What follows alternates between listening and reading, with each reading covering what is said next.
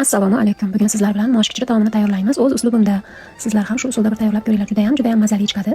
Hamma masalliqlarni ko'rganingizdek tayyorlab oldik. Sholg'om bilan kartoshkani suv quyganimizdan keyin solamiz. Sholg'omni qovurmaymiz. Ovqatimizga tahir maza berib qo'yadi. Ovqatimizni boshladik. Yog'imiz qizigandan so'ng go'shtlarimizni soldik. Go'sht qizargandan keyin piyozni soldik.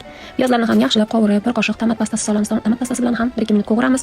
Piyozlar ezilib ketgach, salzini solamiz. Salzini solib, salzi ham ezilgach, orada o'zimizga yoqqan ziravorlarni solamiz. Solib, yaxshilab qovuramiz. Orada moshimizni yuvamiz. Men 1 piyola mosh soldim. 1 piyola mosh solsam, 1 piyola guruch solaman. Siz ham albatta shu usulda tayyorlab ko'ring, juda ham mazali chiqadi. 3 marta chayqab, keyin ezilib tayyor bo'lib qolgan taomimizga moshni solib 1-2 minut qovurib olamiz. Qovurilishi davom etyapti. Endi suvini qo'yamiz. Suvini ko'proq qo'ying. Mosh, guruch pishayotganda suv tortadi. Shuni hisobiga suvingiz ozayib ketadi. Orada suv qo'yishga to'g'ri kelmasin. O'zini zirvagi bilan chiroyli, shirin bo'ladi. Orada kartoshkani soldik, sholg'omni soldik, kashnuch, uqroq, jambil soldim men. Ko'katlar bilan juda ham mazali bo'ladi bu taom yanada. O'rtoqlarda qaynatishni boshladik. Moshlar уже tayyor bo'lib qoldi, ochilishni boshladi. Endi mana sizga aytgandek, yana 1 piyola guruchni yaxshilab yuvib, solib aralashtirdik. Miltillatib, endi guruch pishguncha qaynatamiz. Baland olovda pishirmanglar, tagi olib ketadi. Miltillatib qaynatsanglar, mazali bo'lib, tagi olmasdan pishadi. Mana guruchimiz tayyor bo'lib qolibdi.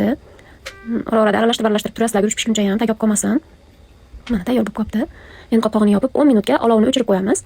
Taomimiz tayyor. Tovoqqa suzamiz. Ko'rganingizdek juda ham chiroyli chiqdi, ranglari ham so'llikkina bo'lib chiqdi. Ustiga ko'p piyozlarni sepib dasturxonga tortamiz. Kelinglar, birgalikda tanovul qilamiz. Yoqqan bo'lsa like bosib, menga obuna bo'ling.